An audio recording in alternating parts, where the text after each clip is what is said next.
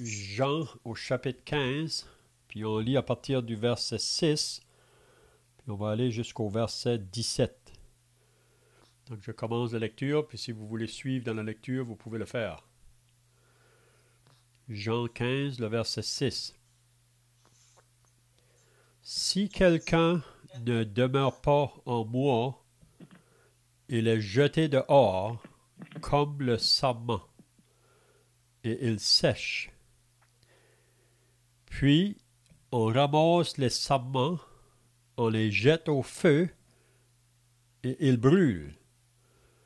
Si vous demeurez en moi, et que mes paroles demeurent en vous, demandez ce que vous voudrez, et cela vous sera accordé. Si vous portez beaucoup de fruits, c'est ainsi que mon Père sera glorifié, et que vous serez mes disciples. Comme le Père m'a aimé, je vous ai aussi aimé. Demeurez dans mon amour. Si vous gardez mes commandements, vous demeurez dans mon amour, de même que j'ai gardé les commandements de mon Père et que je demeure dans son amour. Je vous ai dit, voilà. Je vous ai dit ces choses afin que ma joie soit en vous et que votre joie soit parfaite. C'est ainsi mon commandement. Aimez-vous les uns les autres comme je vous ai aimés.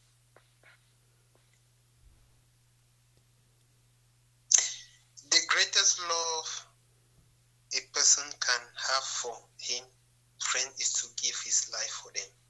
And you are my friend if you do what I command you.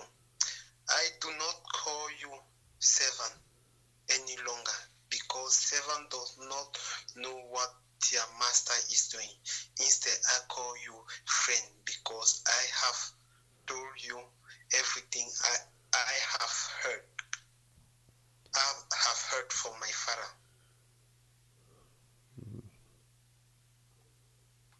Ce n'est pas vous qui m'avez choisi, mais moi.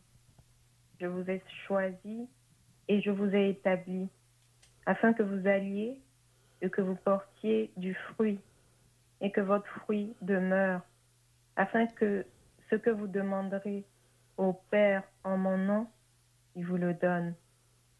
Ce que je vous commande, c'est de vous aimer les uns les autres. Amen. C'est bien, donc si vous étiez là la semaine passée, on avait regardé le début du chapitre 15 de Jean, puis on avait dit que c'est Jésus, en marchant avec ses disciples là, pour se rendre au jardin de Gethsémane, juste avant qu'on va venir l'arrêter et pour le faire mourir. Si vous vous rappelez à la fin du chapitre 14, le dernier verset, là, Jésus se trouvait dans la chambre haute avec ses disciples. Puis Jésus les avait consolés parce que il avait dit à ses disciples qu'il devait les quitter, qu'il devait retourner de nouveau vers son Père. Mais les disciples avaient de la difficulté à comprendre que Jésus allait les quitter. Mais il les a fait comprendre que si je ne m'en vais pas, je ne pourrai pas vous envoyer un autre qui va venir après moi, c'est-à-dire un autre consolateur comme lui. Puis il parlait vraiment du Saint-Esprit qui allait venir dans ce monde après que lui serait parti. Donc Jésus a dit beaucoup de choses à ses disciples concernant son départ, mais il y a des choses qui leur échappaient, qu'ils ne pouvaient pas vraiment comprendre. Surtout l'idée que Jésus disait qu'il allait mourir. Les disciples avaient des difficultés à comprendre cela. Parce que pour eux, Jésus, c'est le Messie qui venait, puis c'est lui qui va établir son royaume. Mais il faut comprendre qu'avant qu'il accomplisse, qu'il commence à régner, là, il faut premièrement qu'il souffre, il faut qu'il meure pour les péchés du monde. Parce que sans la mort de Jésus, il n'y a personne qui aurait pu entrer dans son royaume. Il fallait que lui meure pour les péchés du monde, et tous ceux qui vont venir à Dieu dans la repentance et à la foi en Jésus, en son sacrifice qu'il a accompli sur la croix, c'est-à-dire qu'ils vont croire en lui pour le recevoir comme Sauveur et Seigneur. Donc ce sont eux vraiment qui vont être les personnes qui vont vivre dans ce royaume-là avec lui. Vous vous rappelez que Jésus a dit à Nicodème, en vérité, je te le dis, si un homme ne naît de nouveau, il ne peut pas entrer dans le royaume de Dieu. Donc, pour faire partie du royaume de Dieu, il faut une nouvelle naissance. Puis cette naissance-là, c'est une naissance par l'Esprit. Donc, Jésus, donc, il devait mourir. Puis c'est ça qu'il avait dit à ses disciples. Mais à la fin du chapitre 14, on voit que Jésus va sortir de la chambre haute avec ses disciples pour marcher vers le jardin là. Ça, on va voir ça un peu plus tard dans l'évangile de Jean. Mais pendant qu'ils vont vers le jardin de Gethsémane, probablement qu'ils ont rencontré une vigne sur leur chemin, puis Jésus va prendre cette illustration-là de la vigne pour faire comprendre à ses disciples que si ils vont porter du fruit pour lui, il faut qu'il soit en lui. Parce que c'est impossible de porter du fruit pour Dieu si on n'est pas en Jésus. Hein? Parce que avant d'être en Jésus, toute personne, parce qu'on est né avec la nature du péché, on est vraiment dans une nature pécheresse. On marche contraire à la volonté de Dieu, on marche contraire à la vie de Dieu. Donc, pour pouvoir marcher afin de porter du fruit pour Dieu, il nous faut venir à Jésus pour le recevoir comme Sauveur et Seigneur. Puis c'est à partir de ce moment-là que l'Esprit de Dieu vient faire son habitation en nous. Puis de là, on peut porter du fruit pour le Seigneur. Mais à moins d'être né de nouveau, on ne peut pas porter du fruit pour Dieu. Donc dans Jean 15, c'est ça que Jésus va faire comprendre à ses disciples. On avait vu que Jésus disait « Moi, je suis le vrai cep », ou c'est lui qui est le tronc, ou la tige. Mon Père est le vigneron. Donc, ça veut dire que c'est Dieu qui travaille avec les sarments, avec ceux qui appartiennent à Jésus pour qu'ils puissent porter du fruit. Hein? Donc, on avait lu au verset 2, Jésus disait « Tout sarment qui est en moi et qui ne porte pas de fruit, il le retranche. » Donc, toute personne qui est en Jésus, si on est réellement né de Dieu, on va porter du fruit. Puis ici, il dit, s'il ne porte pas, il le retranche. Puis on avait dit la semaine passée qu'il y a vraiment deux pensées ici, là. C'est que le sarment qui est trop bas, là, au bas du tronc, il est trop proche à la terre, souvent, il ne porte pas de fruit. Puis pour qu'il porte du fruit, il faut que le vigneron vienne, puis qu'il le lève ou qu'il le relève de terre pour qu'il soit exposé au soleil, puis pour qu'il puisse porter du fruit. Hein? Donc, parce qu'un sarment qui est attaché au Seigneur ou qui est en Christ, il faut qu'il porte du fruit. Puis on avait dit aussi que c'est possible que si quelqu'un est réellement né de Dieu et qu'il ne porte pas du fruit, c'est possible que Dieu puisse le ôter de la terre. Pourquoi? Parce qu'il occupe la terre inutilement. Vous savez, un vrai croyant sur la terre, Dieu veut qu'il porte du fruit pour lui. Mais s'il ne porte pas, donc c'est possible qu'il peut ôter sa vie. Donc c'est ça qu'on avait vu. Puis ensuite, le Seigneur mettait l'importance là que si on est en lui, donc il faut demeurer en lui, il faut être occupé avec lui, il faut vraiment connaître à propos de lui, à propos de ses paroles, parce que plus qu'on est attaché à lui, plus qu'on se nourrit de lui, plus qu'on va lui ressembler vraiment. Puis si on regarde la vie de Jésus sur la terre,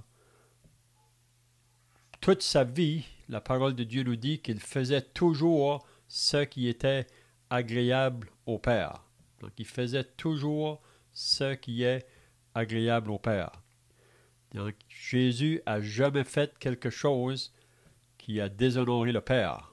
Et tout ce qu'il faisait, puis Dieu prenait plaisir dans ce qu'il faisait. On peut dire qu'il portait du fruit pour son Dieu, son Père. Mais nous qui sommes attachés à lui, au Seigneur Jésus, on va aussi porter du fruit. Puis on remarque là, dans le passage qu'il commence par porter du fruit. Ensuite, il dit porte beaucoup de fruits, puis plus de fruits.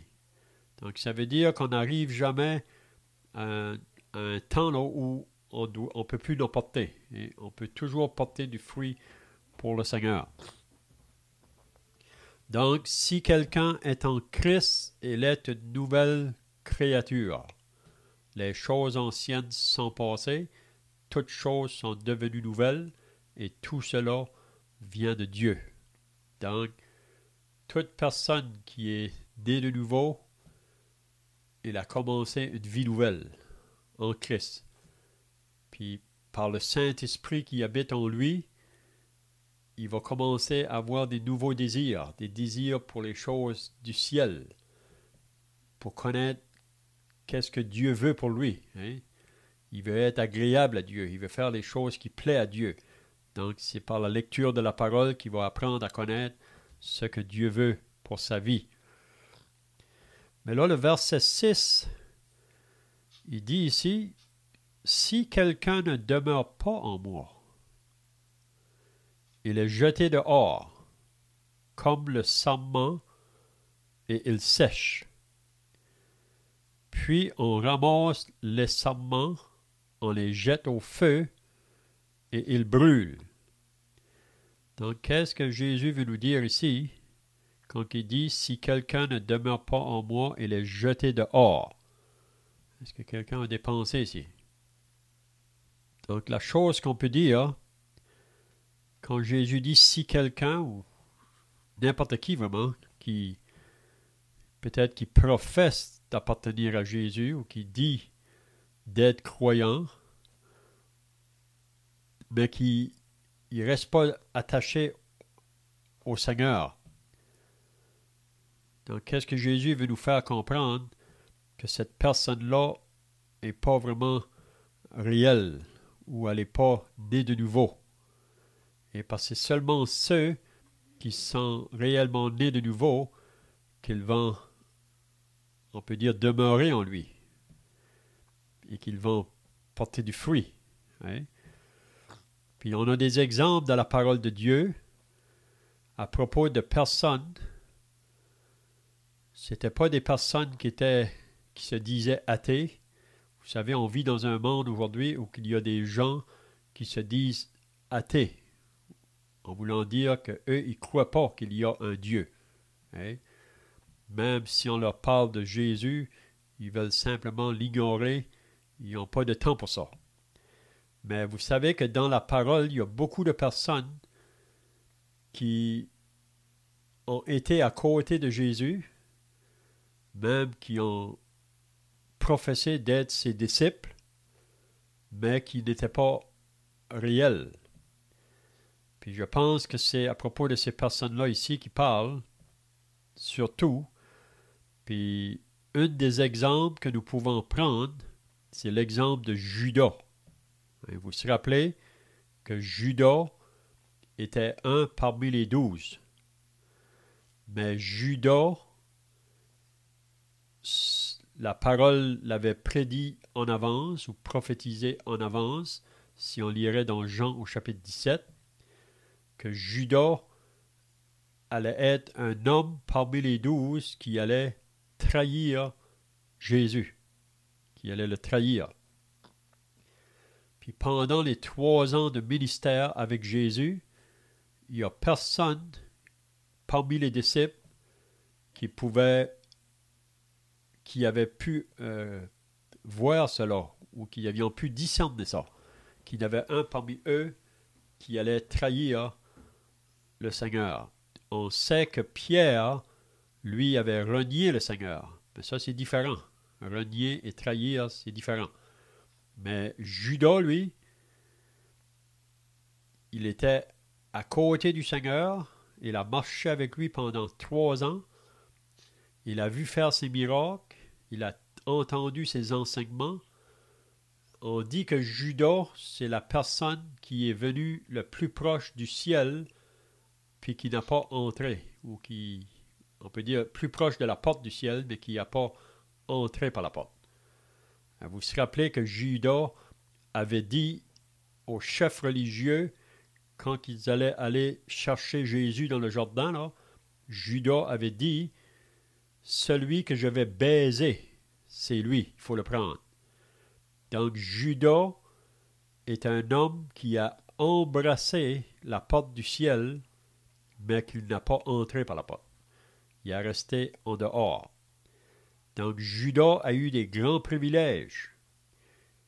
Je ne pense pas qu'il y ait un autre être sur la terre qui a eu des privilèges comme Judas a eu. D'être à côté de Jésus, il a dormi avec lui, il a passé des jours avec lui pendant 3 ans. Mais à la fin, si vous vous rappelez dans Jean 13, là, ça dit que Judas est entré. Le diable est rentré dans Judas. Puis c'est là que Judas est sorti. Puis il a été livré Jésus, même ça nous dit qu'il l'a vendu. Il l'a vendu pour 30 pièces d'argent. Vous savez, Jésus a dit que Judas, c'était un homme qui aimait l'argent. C'est la raison pourquoi que Judas a été perdu. Parce que pour lui, l'argent était plus important que Jésus. Hein?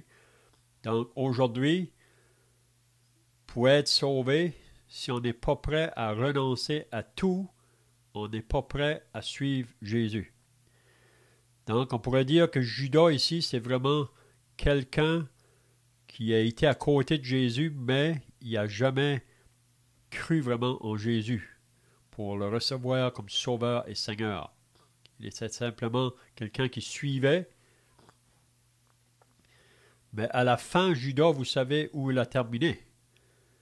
Et on voit dans les Actes des Apôtres, au chapitre 1, après qu'il a livré Jésus là, aux chefs religieux, il a été pris de remords.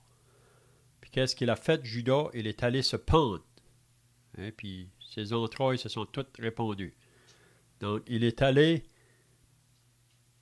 vraiment dans la place où tous ceux qui refusent de croire en Jésus vont terminer. Donc, quand Jésus dit ici, si quelqu'un ne demeure pas en moi, il est jeté dehors comme le sarment et il sèche, puis on ramasse les sarments, on le jette au feu et il brûle. Donc Jésus veut nous faire comprendre, le feu ici, c'est vraiment l'enfer, c'est vraiment la place que tous ceux qui vont refuser de croire en Jésus vont aller en attente pour le jugement à la fin. Okay? Donc ça, c'est un exemple d'un homme qui a été proche de Jésus, mais qui n'a pas entré par la porte. Est-ce que vous pensez à d'autres personnes comme ça, comme Judas, dans la parole de Dieu? Mais si vous vous rappelez, on parle, il y a un autre jeune homme dans la Bible qui était riche aussi. Puis quand il est venu voir Jésus, vous vous rappelez qu'est-ce que Jésus lui a dit?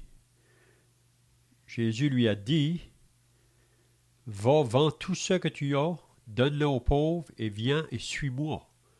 Puis ça dit que ce jeune homme-là est parti, tout triste. Donc, ses richesses a été un obstacle pour lui pour suivre le Seigneur Jésus. On va lire un autre passage, si vous voulez, dans la première épître de Jean, pour nous parler de d'autres personnes qui ont été en contact avec Jésus, même qu'ils ont professé de lui appartenir, même qu'ils ont été associés dans l'Église au début, dans les assemblées locales, mais que ces personnes-là vont être brûlées à la fin. On lit dans 1 Jean au chapitre 2. Si quelqu'un veut le lire, alors 1 Jean chapitre 2, on va lire du verset 18 jusqu'au verset 20. Est-ce que quelqu'un veut lire ça? 1 Jean 2, verset 18 jusqu'au verset 20. Petits enfants, c'est la dernière heure. Et comme vous avez appris qu'un antéchrist vient, il y a maintenant plusieurs antéchrists. Par là, nous connaissons que c'est la dernière heure. Ils sont sortis du milieu de nous, mais ils n'étaient pas des nôtres. Car s'ils eussent été des nôtres, ils seraient demeurés avec nous. Mais cela est arrivé afin qu'il fût manifeste que tous ne sont pas des nôtres. Pour vous, vous avez reçu l'onction de la part de celui qui est saint, et vous avez tous de la connaissance. Amen. Donc ici, c'est Jean qui écrit sa première épître, là. On sait que c'est lui qui a écrit l'évangile de Jean, mais ici, il écrit sa première épître, il a écrit une deuxième épître, il a écrit une troisième, puis c'est lui aussi qui a écrit l'Apocalypse. Mais Jean, ici, dans sa première épître, qu'est-ce que Jean veut faire quand il a écrit cette première épître? Il veut mettre la distinction entre ceux qui appartiennent à la lumière et ceux qui n'appartiennent pas à la lumière. Puis qu'est-ce que Jean veut nous faire comprendre? Que si nous disons que nous sommes dans la lumière, donc on devrait marcher comme des enfants de lumière. Puis c'est une marche vraiment qui va caractériser là, le fruit de l'esprit. Hein? Donc Jean veut faire la différence entre ceux qui sont dans la lumière et ceux qui sont dans les ténèbres.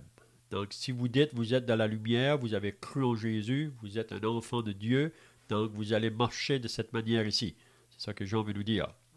Mais si vous dites d'être dans la lumière, mais vous continuez toujours à marcher dans le chemin du péché, donc Jean veut faire comprendre que vous êtes toujours dans les ténèbres. Hein? Mais ici, il parle de personnes qui se trouvaient même parmi les apôtres au début, là, parmi les chrétiens. Puis qu'est-ce qu'il nous dit ici? Il dit, petits enfants, c'est la dernière heure. Et comme vous avez appris qu'un antichrist vient, vous savez que l'antichrist va bientôt venir dans ce monde. L'antichrist, c'est celui qui est contre Christ. On sait qu'il y en a d'autres antichrists qui se sont déjà élevés, mais pas comme celui-ci. Donc il dit, il y a maintenant plusieurs antichrists. Par là, nous connaissons que c'est la dernière heure. Donc, des antichrists, c'est des gens qui travaillent contre Christ. Hein? Donc, il y en a plusieurs même aujourd'hui, encore même qui peuvent professer même le nom de Christ, mais dans le fond, ils travaillent contre Christ. Donc, qu'est-ce qu'il dit au verset 19? D'où ils sont sortis, ces personnes-là? Ce n'est pas des personnes qui ne connaissaient pas la parole de Dieu. Ce n'est pas des personnes qui ne connaissaient pas concernant le Seigneur Jésus. Même probablement qu'ils ont professé de croire en lui. Ils ont professé de lui appartenir. Mais Jean nous dit, ils sont sortis du milieu de nous, mais ils n'étaient pas des nôtres. Donc ces personnes-là étaient au milieu des apôtres, mais il dit ils sont sortis. Puis la raison qu'ils sont sortis, c'est parce qu'ils n'étaient pas réels. Ils n'étaient pas des nôtres. Car s'ils eussent été des nôtres, ils seraient demeurés avec nous. Mais cela est arrivé afin qu'il fût manifeste que tous ne sont pas des nôtres. Vous vous rappelez que Jésus a dit un peu la même chose. Si vous lisez dans Matthieu au chapitre 7, au verset 21, Jésus dit « Ceux qui me disent « Seigneur, Seigneur », n'entreront pas tous dans le royaume des cieux, mais celui-là seul qui fait la volonté de mon Père qui est dans les cieux. » Jésus dit « Plusieurs en ce jour-là, au jour du jugement, plusieurs me diront « Seigneur, nous avons prophétisé en ton nom, on a chassé des démons en ton nom, on a fait des miracles en ton nom. » Mais Jésus va leur dire « Je ne vous ai jamais connu. Retirez-vous de moi, vous qui commettez le mal ou l'iniquité. » Donc, c'est des personnes que sur leurs lèvres, ils ont le Seigneur, mais dans leurs mains, ils ont la vie du péché. Leur vie n'a jamais été transformée. Hein? Donc ici, il parle de ces personnes ici, puis on pourrait dire, ça, c'est des serments qui n'ont pas demeuré avec Jésus. Ils sont sortis. Donc ces personnes-là, un jour, ils seront jetés aussi dans les temps de feu, l'enfer, pour ensuite être jetés dans les temps de feu. Donc en contraste avec ces gens-là, au verset 20, Jean parle aux vrais croyants, il s'est dit, mais pour vous, vous avez reçu l'onction. Donc ça veut dire, vous avez reçu le Saint-Esprit. Vous, vous êtes les vrais, vous êtes réels. Donc vous pouvez porter du fruit pour Dieu, mais les autres ne peuvent pas parce qu'ils n'ont pas l'Esprit de Dieu. Pour vous, vous avez reçu l'onction de la part de celui qui est saint, et vous avez tous de la connaissance. Puis même là, on voit que Jean va mettre les croyants en garde quand ces personnes-là, qui étaient au milieu d'eux, mais qui sont sortis, puis eux, maintenant, ils causent des difficultés à ceux qui sont vrais. Hein? Ils veulent essayer de les détourner aussi de leur marche pour Dieu. Donc, le point que je vais apporter ici, des personnes qui ont été au milieu des chrétiens au début de l'Église, mais qui n'étaient pas réels. Donc, ces personnes-là, un jour, sont comme le sarment qui sèche, puis va être jeté dans le feu.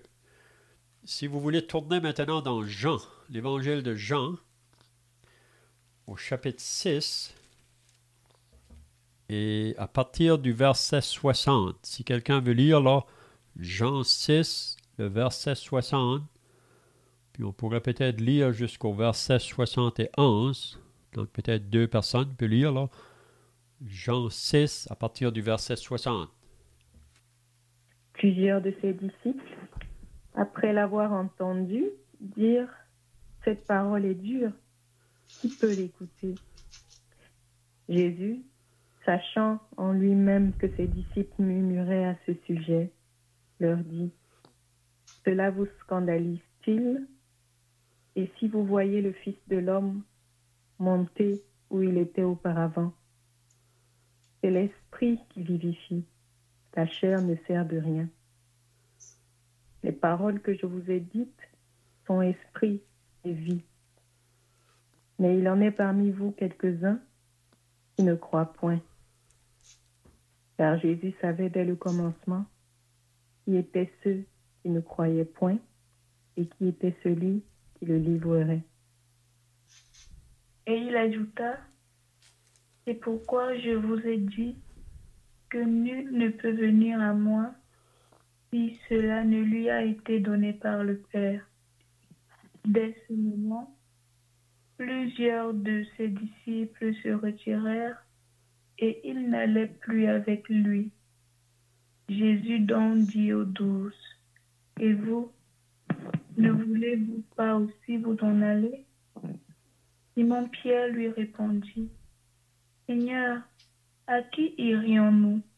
Tu as les paroles de la vie éternelle.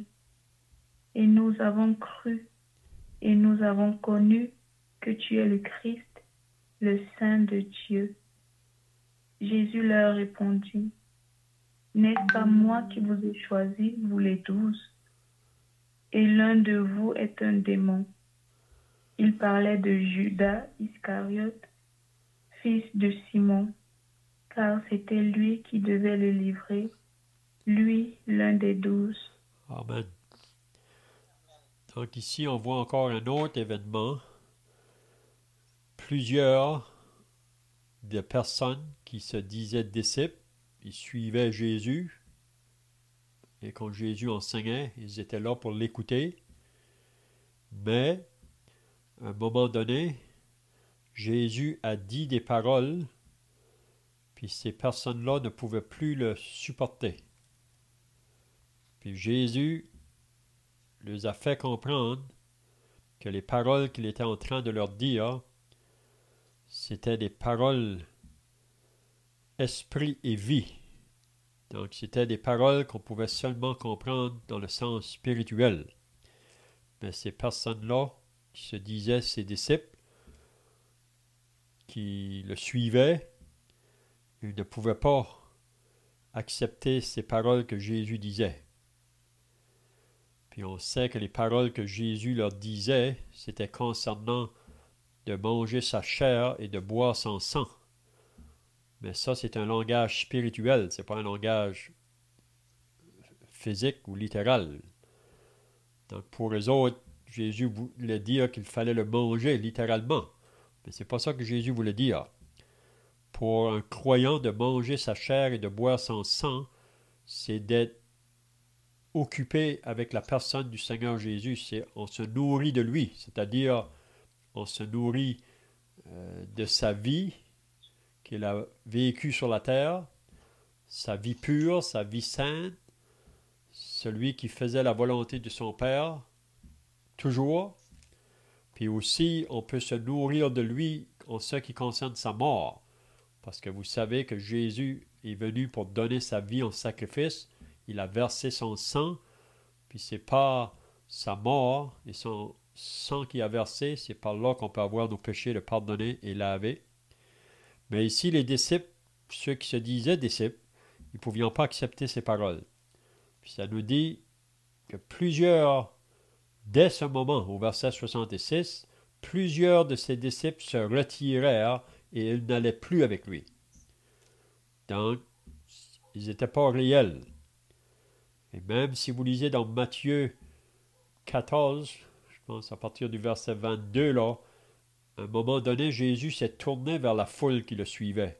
Puis il leur a dit, si quelqu'un veut être mon disciple, il faut qu'il soit prêt à renoncer à tout. S'il n'est pas prêt à renoncer même avec ses parents, avec ses enfants, avec tout. Hein? On ne peut pas être un disciple de Jésus. C'est pas que Jésus nous dit qu'il ne faut pas aimer nos parents. Mais Jésus dit, celui qui aimera son père ou sa mère plus que moi n'est pas digne de moi. Ou celui qui aimera son fils ou sa fille plus que moi n'est pas digne de moi. Quand ça vient le temps de suivre Jésus, il faut qu'il n'y ait rien qui va nous empêcher. Parce que vous savez, il y a des parents qui ont empêché des enfants de venir à Jésus. Ou il y a des enfants qui peuvent arrêter les parents de venir à Jésus. Vous savez, nos amis, des collègues de travail, les étudiants autour de nous. Mais quand ça vient de répondre à accepter l'Évangile, là, il faut être prêt à renoncer à tout. Donc ici, on voit encore des personnes qui se disaient des disciples, mais ces gens-là, un jour, seront jetés aussi dans le feu éternel. Puis on voit que ces disciples, par la suite, Jésus les a demandé une question aux autres, aux 12. Et vous ne voulez pas aussi vous en aller? Hein? Qu'est-ce que Pierre a dit? Simon, Pierre lui répondit, Seigneur, à qui irions-nous? Tu as les paroles de la vie éternelle. Et nous avons cru, et nous avons connu que tu es le Christ, le Saint de Dieu. Donc, on voit ici que Pierre et les autres étaient réellement des réels disciples, excepté un, Judas, c'est ça qu'il nous dit par la suite. Jésus leur répondit, n'est-ce pas moi qui vous ai choisi, vous les 12, et l'un de vous est un démon. Donc, Judas allait être aussi parmi ceux ici là, qui s'avaient retiré de lui. Donc ça, on voit encore des personnes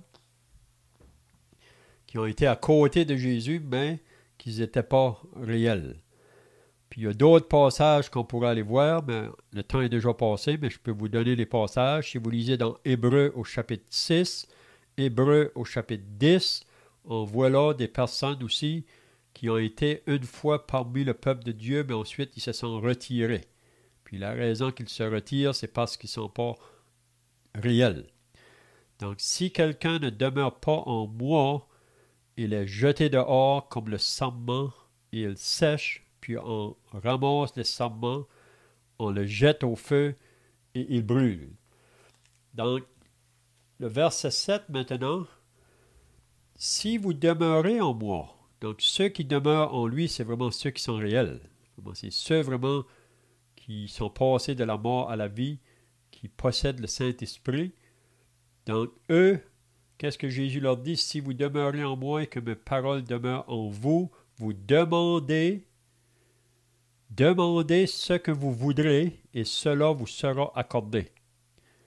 Donc, chaque disciple, vrai disciple, qui va demander quelque chose au Seigneur, il va l'accorder. Dans le sens qu'il l'accorde parce que si le disciple demande des choses au Seigneur, par l'Esprit de Dieu, ça va être en accord avec la volonté de Dieu. C'est pour ça que le Seigneur va accorder cette demande-là. Hein? Donc, si vous portez beaucoup de fruits, qu'est-ce qu'il dit? C'est ainsi que mon Père sera glorifié et que vous serez mes disciples. Donc, comment qu'on peut amener la gloire au Père? Jésus prend plaisir quand on porte du fruit pour lui. Beaucoup de fruits.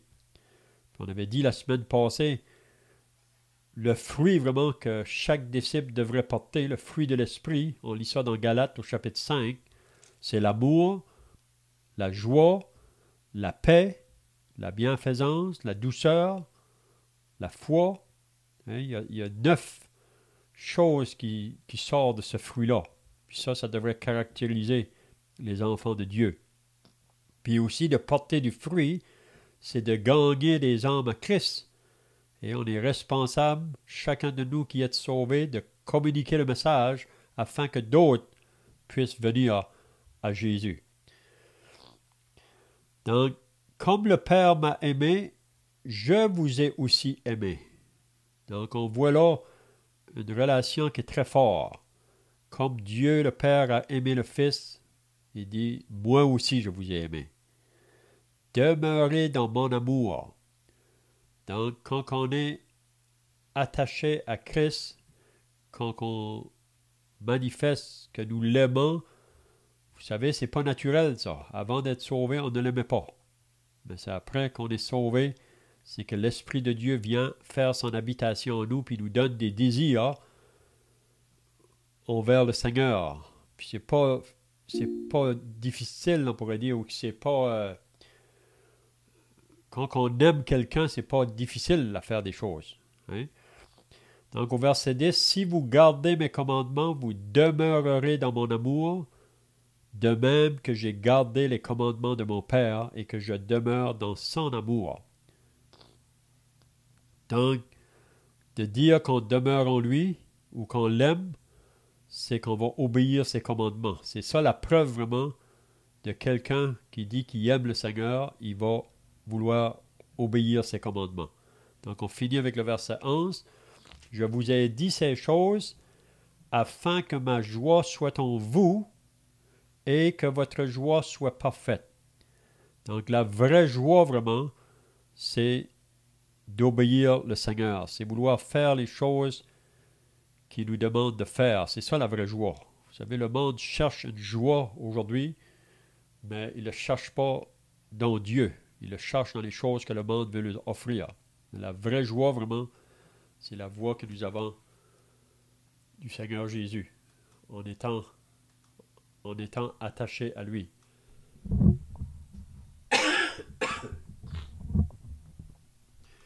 Ben, c'est bien. Je ne sais pas si vous avez des questions ici ou d'autres choses à ajouter. Là. Sinon, on va terminer par la prière. Donc, prions, notre Dieu et notre Père, nous voulons maintenant nous approcher de toi dans la prière pour te remercier pour ta parole que tu nous as laissée, ta parole qui est une lampe à nos pieds, une lumière sur notre sentier, ta parole vraiment qui nous dit à propos de tes pensées et de tes voies. Donc, on veut te remercier pour cette parole et nous voulons te prier que tu nous aides à la mettre en pratique davantage dans nos vies afin qu'on puisse être agréable et de porter du fruit pour toi. Donc, nous remettons donc cette lecture devant toi au nom du Seigneur Jésus. Amen. Amen. Donc,